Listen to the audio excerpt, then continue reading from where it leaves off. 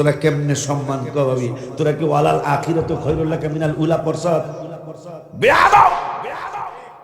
ওয়ালাল আখিরাতু খায়রুল লাকা মিনাল উলা, এটার অর্থ পড়, তাহলে বুঝবি আমার হাবিবকে। আল্লাহ বলছেন আপনার পূর্ববর্তী সম্মান ইজ্জত মর্যাদার থেকে পরবর্তীটা আরো বাড়বে। পরবর্তীটা উপরে যায়, সারা বিশ্ব অন্ধকার, মদিনায় আলো জ্বলে। সুবহানাল্লাহ। চান্দুর ভক্তরা বুঝতনি আমার নবী কেডা? চান্দুর বাপ বেয়াদব। কোন জায়গায় আলো নাই, সব অন্ধকার, মদিনায় আলো জ্বলে আর মক্কায় আলো জ্বলে। দুঃখ করেও করি না, এই জন্য দুঃখ করে করি না। আমাদের দাওয়াত এরা গ্রহণ করবে কি করবে না, এই দুঃখ কেন করবেন, করার দরকার নাই। এই বেয়াদব গুনি আমার রব্বুল আলামিনের দাওয়াতই তো গ্রহণ করে নাই। রব্বুল আলামিন কোরআনুল কারীমে ফুরকানুল হামিদে রব্বুল আলামিন ওয়াজ করলেন নবী চিনার জন্য। হাদিসে অনেক পড়ে গেলেই চলবে, বাবুগুলোর কথা বন্ধ না করলে আমি কথা বলতে পারবো না। আব্বা জানলারে আমার, বাবা জানলারে আমার, আল্লাহর নবী রহমাতুল আলামিন, এই নবীকে তুমি কেমনে চিনবে? তুমি কোরআনে ঢুকলেই আমার নবীকে সহজে চিনে ফেলবে। আয় হায়, আল্লাহ জিহাদ করতে দাওয়াত দিলেন 42 বার। কয়বার? জিহাদ করার জন্য দাওয়াত দিলেন 42 বার। সেই 42 বার জিহাদের দাওয়াত পায়া তারা জায়গায় জায়গায় জায়গায় জায়গায় জিহাদের কথা বলে, আমরাও বলি, বলতেই থাকবো। তবে জিহাদ করতে বুঝি শোলাকিয়া মাঠে পাড়ায় মানুষ, শোলাকিয়া মাঠে 5 থেকে 6 লক্ষ মানুষ 2টা ঈদের নামাজ পড়ে, সেখানে পাঠাইছে জিহাদ করার জন্য। নাউজুবিল্লাহ, কি একবার আসতে বলা যায় না? জিহাদ শিখাইছে শোলাকিয়া মাঠে। শোলাকিয়া মাঠ চিনেন নি? কিশোরগঞ্জের যে মাঠটা, যদি গোয়েন্দারা ধরতে না পারতো তাহলে অবস্থাটা কি হইতো? আয় হায় হায় হায়, এমন জিহাদ 42 জায়গায় পায়া, এত জিহাদের কথা তাদের জবানে। জিহাদ মসজিদের মধ্যে বোমা হামলা করছে না তারা? মসজিদের মধ্যে তারা বোমা হামলা করাইছে। সেই বোমা হামলা মসজিদে যে করলো, মসজিদে কোনো হিন্দু গেছে? সবগুলা মুসলমান না? তাইলে তারা বুঝলো কি? এই জন্যই মনে হয় কোরআনুল কারীমে ফুরকানুল হামিদে রব্বুল আলামিন 1 পারার 4 পৃষ্ঠায় মাঝামাঝি আয়াতে রব্বুল আলামিন বলে দিলেন, আগে গোমরার কথা বলেছেন আল্লাহ, ইউদিল্লু বিহি কাসীরা। কাসীরা মানে বহুত, অনেক, কাসীর মানে অনেক। রব্বুল আলামিন বলে দিলেন কোরআনের তাফসীর মাহফিল দিবে, তাফসীরুল কোরআন মাহফিল দিবে। আমি আজকে চ্যালেঞ্জ দিলাম না, তবে একটু মহব্বতে বলি, কোরআন না মাহফিল দিতে, তাফসীরুল কোরআন মাহফিল। ওই 10টা আয়াত তো পড়া হয় না, 5টা আয়াত তো পড়া হয় না। আর আমাদের তাফসীরুল কোরআন সুন্নি মহাসম্মেলন, মনে হয় হিসাব করলে আমাদের আয়াত ইনশাআল্লাহ ওয়াজে বেশি পাবে। কথা ঠিক কিনা? ধরা পড়ে যাচ্ছেন আপনারা, ধরা পড়ে যাবেন, ধরা পড়ে যাবে, বাঁচতে পারবেন না। হাবিবের সাথে বেয়াদবি করে কেউ বাঁচতে পারে নাই, কেউ বাঁচতে পারে নাই। একদিন আগে আর পরে বেইজ্জতি সে হইছেই হইছে। আব্বা জানলারে আমার, আল্লাহ বললেন এই কোরআন পড়েই, এই কোরআন দেখেই, এই কোরআনের তাফসীর করতে গিয়ে উল্টা পাল্টা বুঝার কারণে ইউদিল্লু বিহি কাসীরা, বেশিরভাগ মানুষ গোমরা হয়ে যাবে। বলল কে? আল্লাহ। তা আল্লাহ বলতেছেন পড়ব কোরআন, কইব কোরআন, তাও আবার কোরআনের উল্টা পাল্টা অর্থ। বেদ্যবের দল কয় নবী নাকি লেখাপড়া জানতেন না। তুই কস কি? আল্লাহ তোরে কোন জায়গায় পয়দা করলো আমি জানি না। তুই কস কি নবী নাকি আলিফ বাতাসা জানতেন না? আমার হাবিব সাল্লাল্লাহু আলাইহি ওয়াসাল্লাম নাকি লেখাপড়া জানতেন না, অক্ষর চিনতেন না? অথচ আল্লাহ প্রতিবাদ করে দিলেন এক পারার 19 পৃষ্ঠায়। আল্লাহ তো জানে এই বেয়াদবের দলেরা আমার হাবিবের ব্যাপারে মন্তব্য করবেন, এই জন্য রব্বুল আলামিন কোরআনুল কারীমের এক পারার হাফিজি কোরআন শরীফের এক পারার 19 পৃষ্ঠার 3 নম্বর আয়াতে রব্বুল আলামিন বললেন, রব্বানা ওয়াবা'আথ ফীহিম রাসূলাম মিনহুম ইয়াতলু আলাইহিম আয়াতি। নবী লেখাপড়া জানে না বলছিস, বেয়াদব, আমি বলে দিলাম কিতাব আমার, কোরআন আমার, আমি তেলাওয়াত করব না, তেলাওয়াত করে শোনাবেন আমার নূরের নবী। আল্লাহ কয় নবী তেলাওয়াত করবে, মোল্লায় কয় নবী নাকি লেখাপড়া জানেই না। এখন আল্লাহটা মানবেন নাকি আমার মোল্লাটা মানবেন? হ্যাঁ, কথা সুন্দর করে বলেন, আল্লাহটা মানবেন নাকি মোল্লাটা মানবেন? আমার আল্লাহ বলে দিলেন, হে মোল্লাজিরা, তোরা তো আমারই সৃষ্টি, তোরা তো আমারই সৃষ্টি। যেহেতু নবীকে তোরা খাটো বানাইতে চাস, আর আমি রব্বুল আলামিন কোরআনে বলেছি ওয়ালাল আখিরাতু খায়রুল লাকা মিনাল উলা।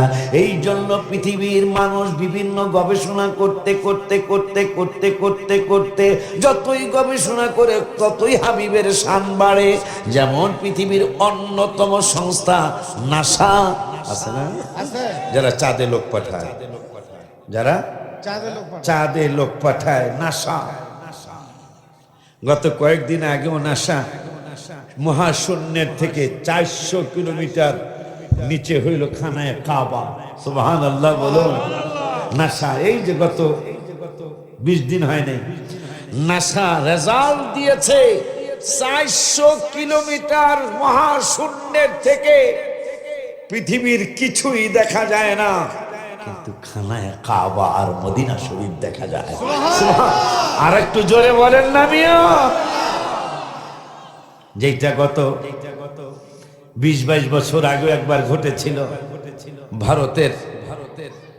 ভারতের বংশোদ্ভূত হিন্দু সম্প্রদায়ের এক মহিলার নাম হলো সুনিতা দাস। তিনি তার দাদার থেকে আমেরিকা থাকে, তিনিও লেখাপড়া করতে করতে বিজ্ঞানী হয়েছেন। 6 জন বিজ্ঞানী গেল মহাশূন্যে। 6 জন বিজ্ঞানী গিয়ে 6 জন বিজ্ঞানী মহাশূন্যের থেকে ছবি তুলতে চাইল। পৃথিবী শুধু অন্ধকার আর অন্ধকার, কিন্তু 2 জায়গায় আলো জ্বলে। এখন তারা আশ্চর্য হয়ে গেল, কিরে পৃথিবী শুধু অন্ধকার আর অন্ধকার, কিন্তু পৃথিবীর এই কোন 2 জায়গা যেই জায়গায় আলো ঝলমল করে? এই জন্য তারা ওখানে তাক করলেন তাদের ক্যামেরা, তাক করে দেখতেছেন খানায় কাবা আলো ঝলমল করে। গত 20-22 বছর আগের ঘটনা ম্যাগাজিনে আসছে, আমাদের ইয়েতেও আসছে, আমাদের তর্জুমান যে জামিয়া থেকে ছাপানো হয় মাসিক তর্জুমান, এই ঘটনাটা আসছে, বিভিন্ন পত্র পত্রিকায় আসছিল যে মহাশূন্যের থেকে দেখতেছেন খানায় কাবা আলো জ্বলে। সুবহানাল্লাহ। কিন্তু দ্বিতীয়বার চিন্তা করলেন খানায় কাবায় যে আলো জ্বলে, কিন্তু দ্বিতীয় জায়গা কোন জায়গা? সারা বিশ্ব অন্ধকার, কিন্তু 2টা জায়গায় আলো জ্বলে। একটা জায়গা পাইলাম, ইন্না আউওয়ালা বাইতুন উদিআ লিন-নাস লাল্লাযী বিবাক্কাতা মুবারাকান ওয়া হুদাল লিল আলামিন। পৃথিবীর প্রথম ঘর খানায় কাবা, এটা জ্বলতে পারে আলো, যেহেতু পৃথিবীর প্রথম ঘর আল্লাহ বানিয়েছেন। কিন্তু দ্বিতীয় জায়গা কোন জায়গা? তোরা হাবিবকে খাটো করতে চাস? তোরা কি বুঝিস কোরআন? তোরা কোরআন শরীফ বুঝিস নাই। আমি চ্যালেঞ্জ দিলাম, তোরা কোরআন শরীফ বুঝিস নাই। নবী রক্ত মোবারক পান কইরা জান্নাতি না, তার বংশ 14 গোষ্ঠী কিয়ামত পর্যন্ত জান্নাতি হবে, মালিক ইবনে সিনানের বংশ। সুবহানাল্লাহ। আর যেই নবীর কারণে ইয়া রাসূলুল্লাহ, ইয়া রাসূলুল্লাহ, জিন্দাবাদ জিন্দাবাদ জিন্দাবাদ।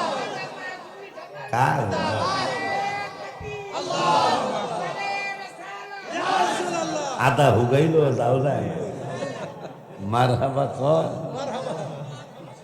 আমনের সৌজন্যই গজল একটা কয়ালাই, যে দুইবার আল্লাহর হাবিব এবার 25 বছর পরে আমাকে এক মাসে ঈদে মিলাদুল রাসূল মাসে এক মাসে দুইবার দিয়েছেন। পরে আমি লিখেছি আরশে মিলাদুন নবী বলো ইয়া রাসূলুল্লাহ, আরশে মিলাদুন নবী বলো ইয়া রাসূলুল্লাহ, বলো না ইয়া রাসূলুল্লাহ, বলো ইয়া রাসূলুল্লাহ, বলো ইয়া বলো ইয়া রাসূলুল্লাহ, আরশে মিলাদুন নবী বলো ইয়া রাসূলুল্লাহ। হাবিবের মিলাদ কেমন বাজান শুনো বর্ণনা, মা আমিনা কয় সন্তান পেটে ওজন লাগে না। নূরের নবী এমনি কইনি বেড়া, কারণ আছে না? নূরের কোন ওজন আছে? জি না।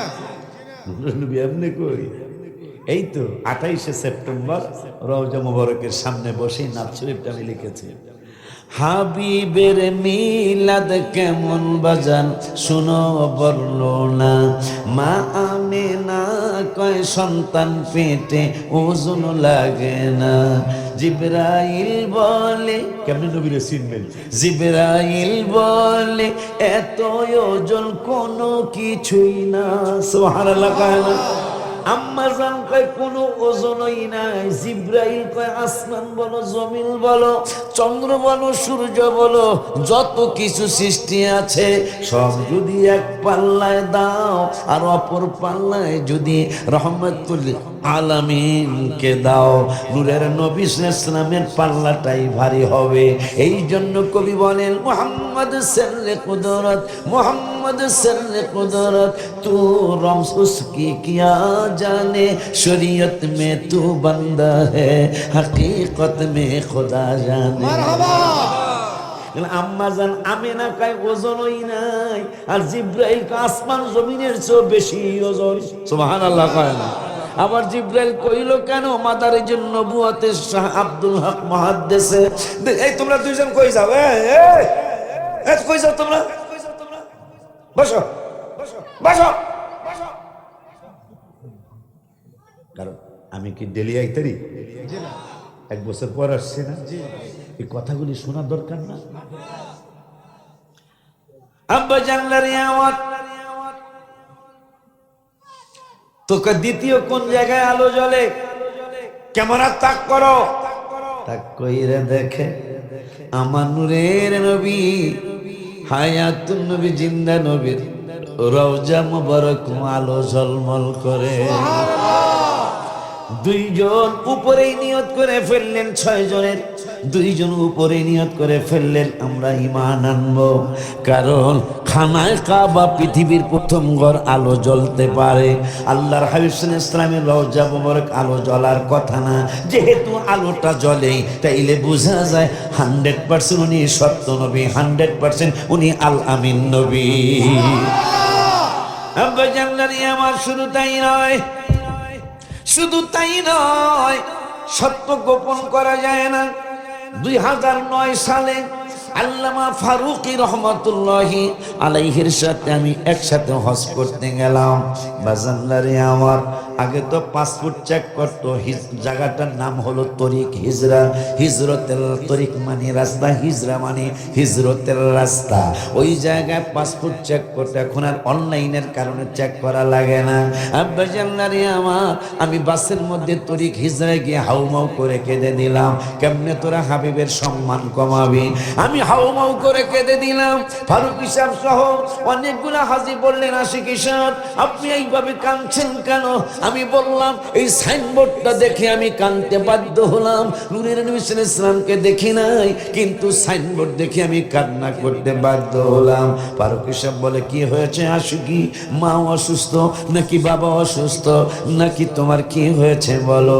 আমি বললাম অন্য কিছুই নয়, শুধু আমি সাইনবোর্ডটা দেখে কান কেঁদে দিলাম।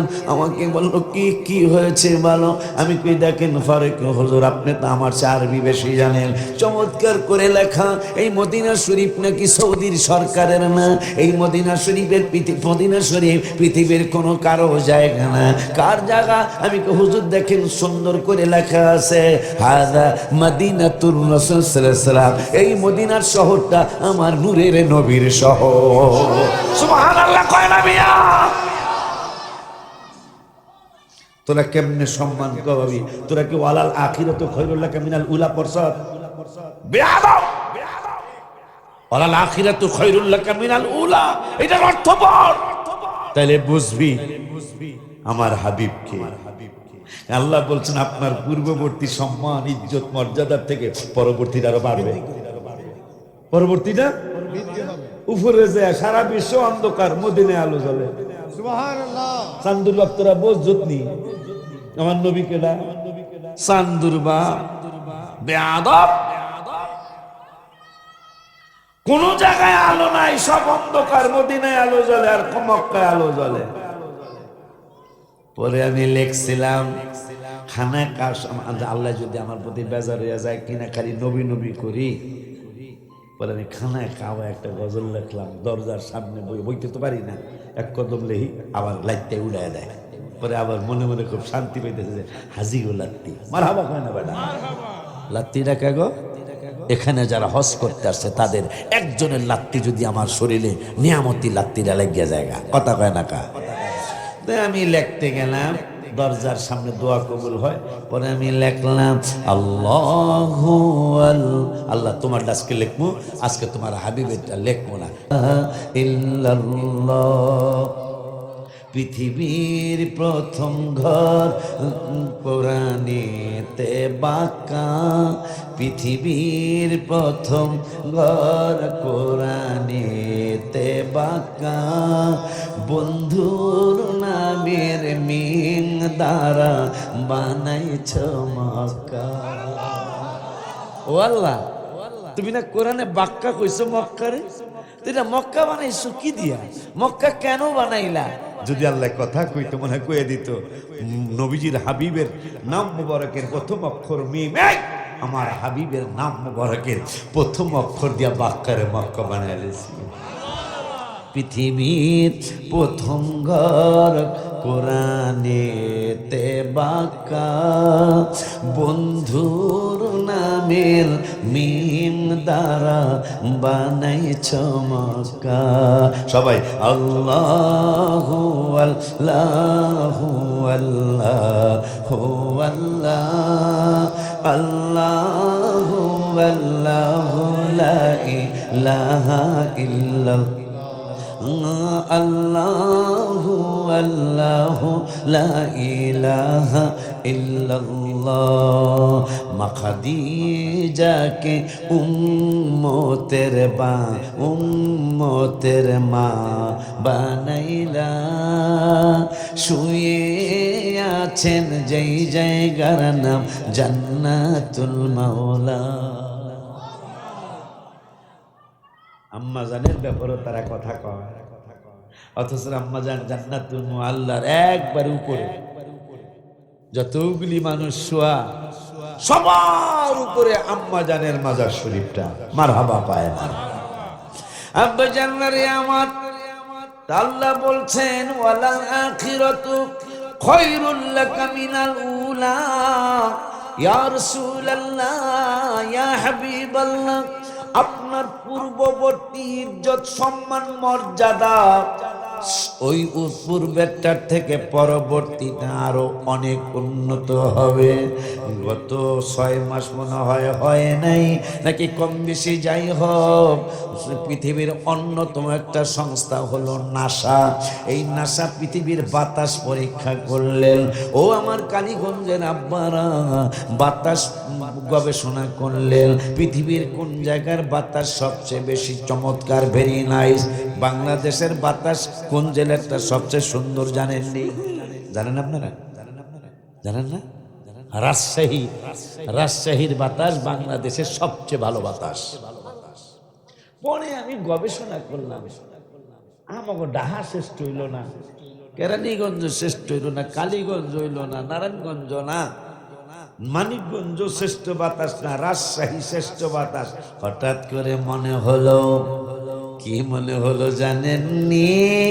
ওই রাজশাহীর জমিনে পৃথিবীর শ্রেষ্ঠ ওলি বড় বিশ্বাস হুজুরের নাতি শাহ মাখদুম রূপস রহমতুল্লাহি আলাইহি রাজশাহীর শহরের মধ্যে ঘুমায়। আল্লাহু আকবার, ইয়া রাসূলুল্লাহ, ইয়া গাউসুল আযম বাস্তবে জিন্দাবাদ জিন্দাবাদ জিন্দাবাদ। জিন্দাবাদ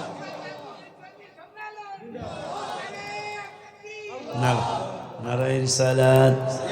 আব্বা জানলারে আমি চিন্তা করলাম কেন রাজশাহীর বাতাস এত উত্তম বাংলাদেশের জমিনে। পরে দেখলাম বড় পিসা হুজুরের নাতি শাহ মাকদুম রহমতুল্লাহি আলাইহি রাজশাহীর শহরের জমিনের মধ্যে শোয়া। এখন সংস্থা নাসা, সেই নাসা বাতাস পরীক্ষা করতেছেন পৃথিবীর কোন জায়গার বাতাস শ্রেষ্ঠ বাতাস। আমেরিকার বাতাস গবেষণা করলেন, শ্রেষ্ঠ হইল না। লন্ডনের বাতাস গবেষণা করলেন, শ্রেষ্ঠ হলো না। আমেরিকার বাতাস শ্রেষ্ঠ না, লন্ডনেরটা না। সুইজারল্যান্ডের বাতাস শ্রেষ্ঠ হলো না। হায় হায় হায় হায় হায় হায়। জাপান জার্মানের বাতাস শ্রেষ্ঠ হলো না। ইতালি ফ্রান্সের বাতাস শ্রেষ্ঠ হলো না। নাসা প্রমাণ করে দিল গত 6 মাস বা 1 বছরের ভিতরে।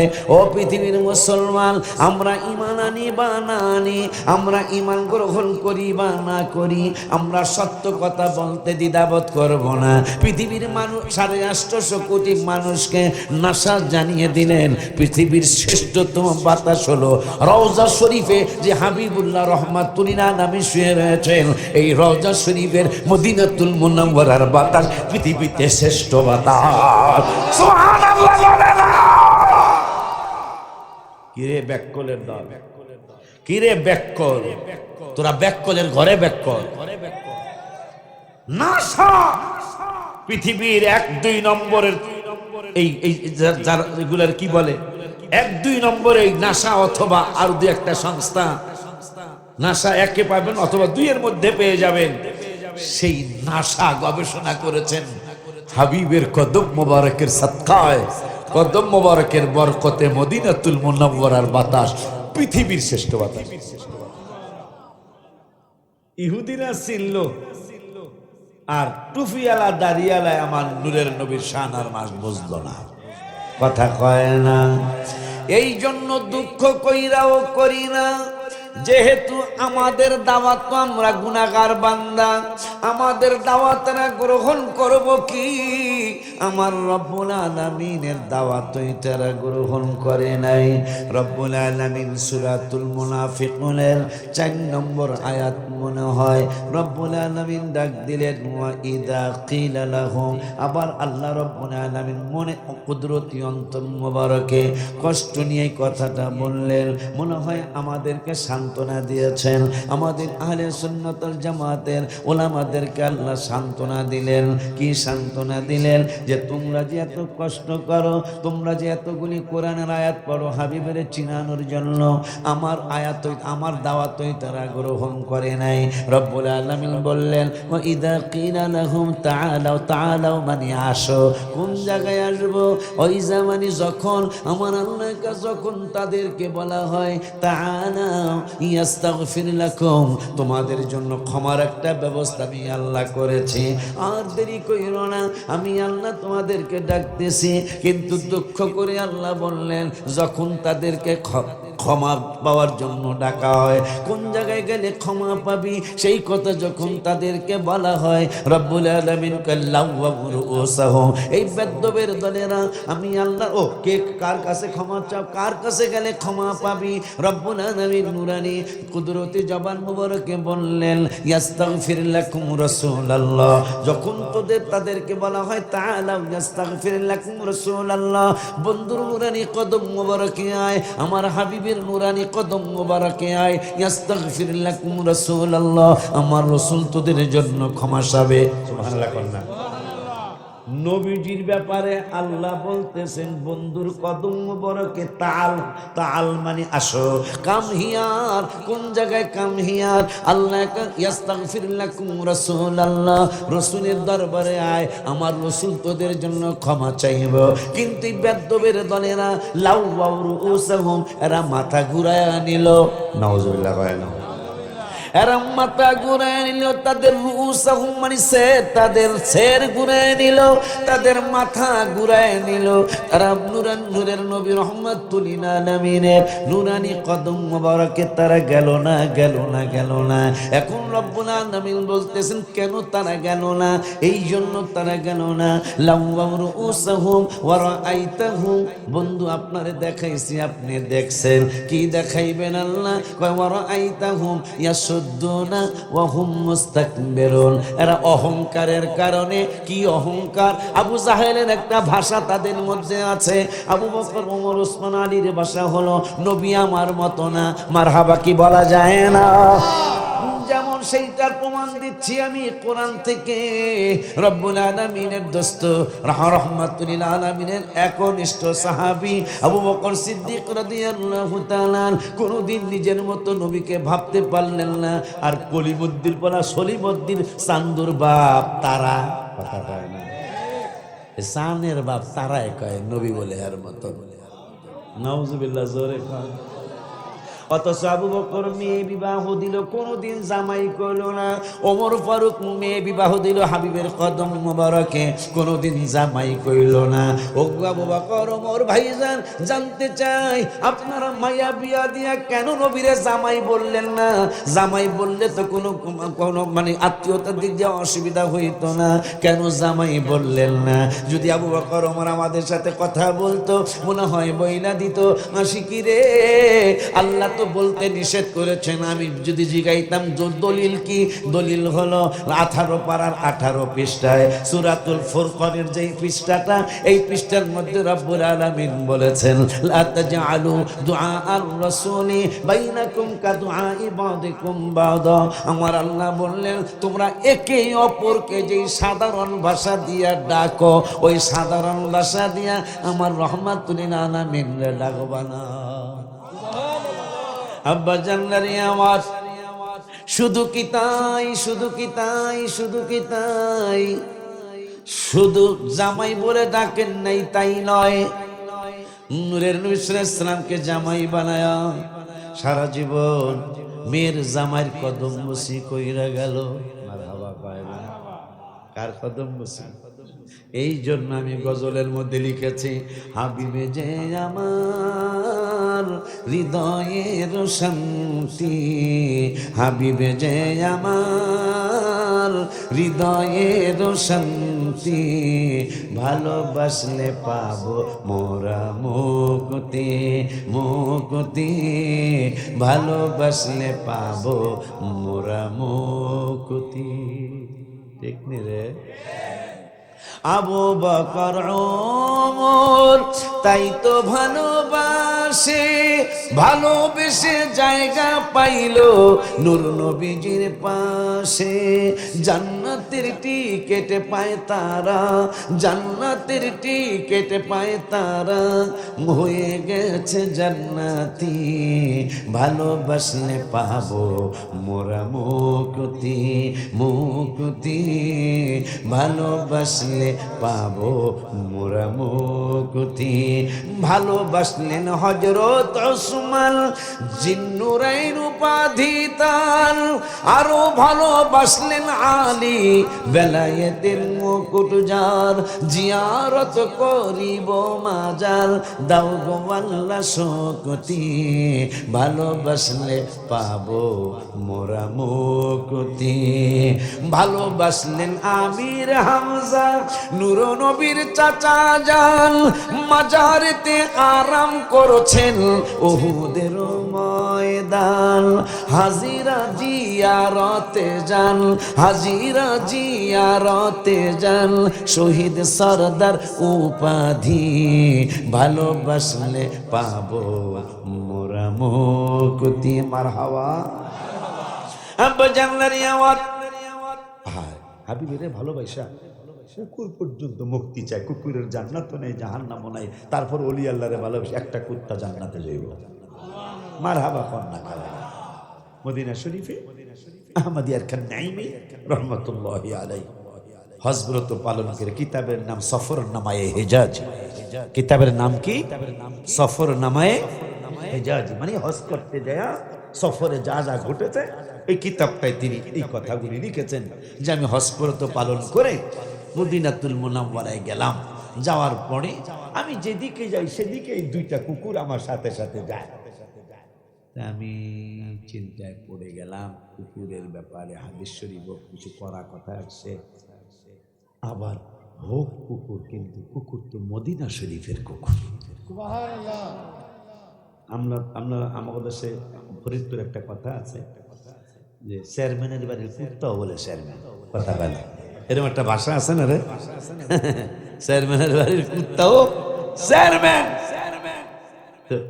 নবীজির বাড়ির কুকুর তাহলে হাবিবের বাড়ির কুকুর হোক কুকুর, কিন্তু মদিনায় থাকে। এই জন্য তিনি কোনো অন্য কোনো আচার খারাপ আচরণ না করে যেদিকে যায় সেদিকেই কুকুর দুইটা আসে। আসলে ক্ষুধা লাগছে মনে হয়, তাহলে হোটেলে গিয়া একটা রুটি কিনলেন, খুবজন কিনলেন, একটা রুটি কিনলেন। মদিনা শরীফে রুটি খাইতে ডাল লাগে না, মদিনা শরীফে রুটি খাইতে বাবা কি বলে ভাজি লাগে না। এত মজার রুটি, রুটিটা কিনে দুইটা কুকুরের সামনে ফিকে মারলেন। রুটি সামনে নিয়ে বসা, রুটির মধ্যে কুকুর দুইটা মুখ লাগায় না।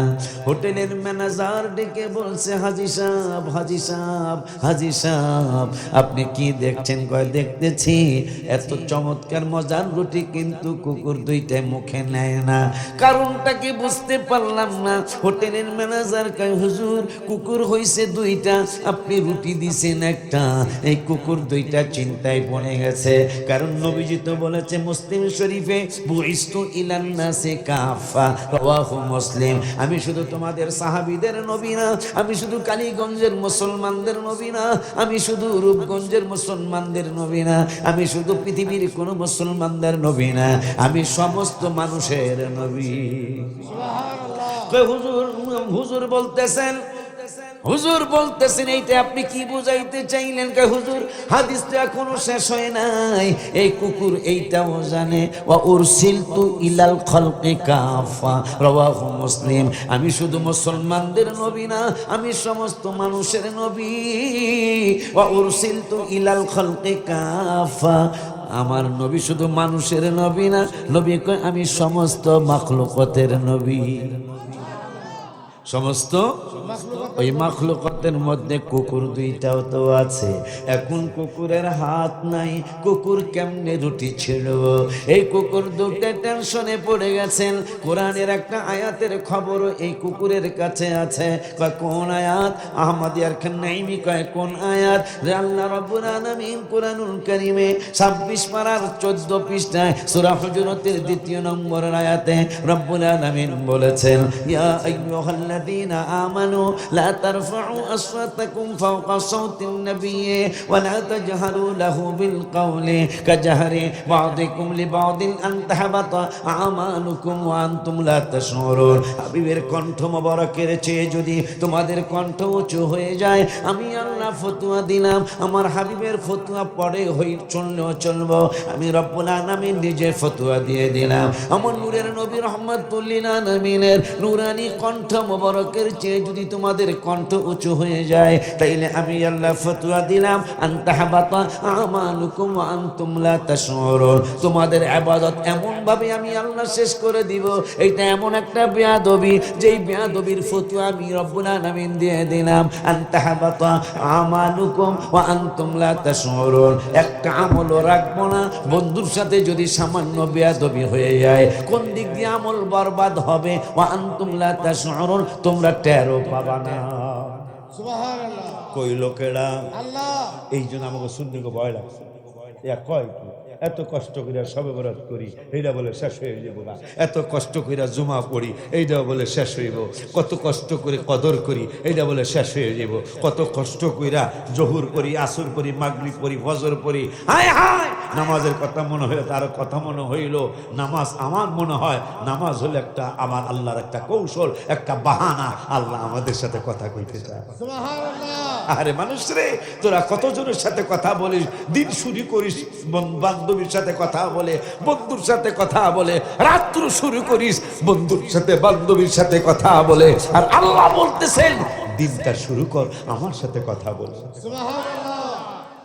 ফজরে আয়, আয় বাবা আয়, আমার সন্তানেরা, আমার আমার আমার কলিজার টুকরা হাবিবের উম্মতেরা, আয় একটু ফজরে আমার সাথে কথা কর, দিনটা আমার সাথে কথা বইলা শুরু হয়ে যায়।